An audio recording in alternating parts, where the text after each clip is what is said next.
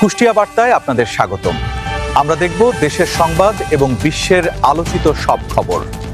কুষ্টিয়ায় পাথরবোঝাই truck নিয়ন্ত্রণ হারিয়ে খাদে উল্টে আগুন, চালকসহ নিহত 2। কুষ্টিয়া প্রতিনিধি। কুষ্টিয়া সদর উপজেলায় পাথরবোঝাই একটি ট্রাক নিয়ন্ত্রণ হারিয়ে খাদে উল্টে পড়ে আগুন ধরে গেলে চালক ও তার সহকারী নিহত হয়েছেন। রবিবার সকাল 8:30টার দিকে কুষ্টিয়া বাইপাস সড়কের ত্রিমোহনী ও বটতৈল এলাকার মাঝামাঝি স্থানে এ দুর্ঘটনা ঘটে।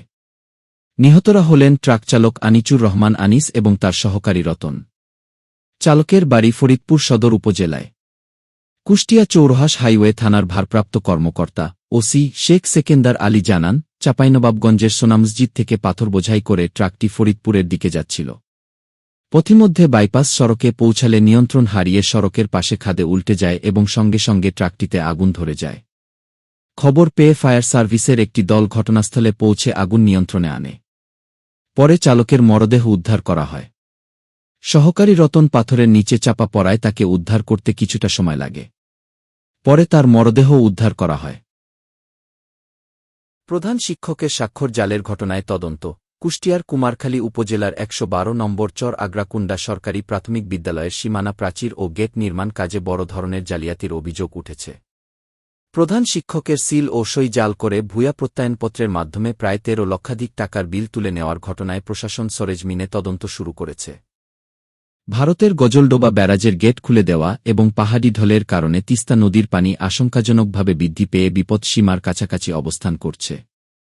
পানি উন্নয়ন বোর্ডের সর্বশেষ তথ্য অনুযায়ী লালমনিরহাটের হাতীবান্ধা উপজেলার ডালিয়া তিস্তা ব্যারাজ পয়েন্টে পানি বিপদসীমার 52.15 মিটার, মাত্র 13 সেন্টিমিটার নিচ দিয়ে প্রবাহিত হচ্ছে।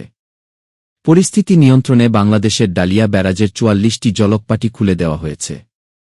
হঠাৎ পানি বৃদ্ধি পাওয়ায় চরাঞ্চলের কৃষকদের আবাদি জমি, বিভিন্ন ধরনের সবজি এবং আমন ধানের তৈরি করা বীজতলা পানির নিচে তলিয়ে গেছে।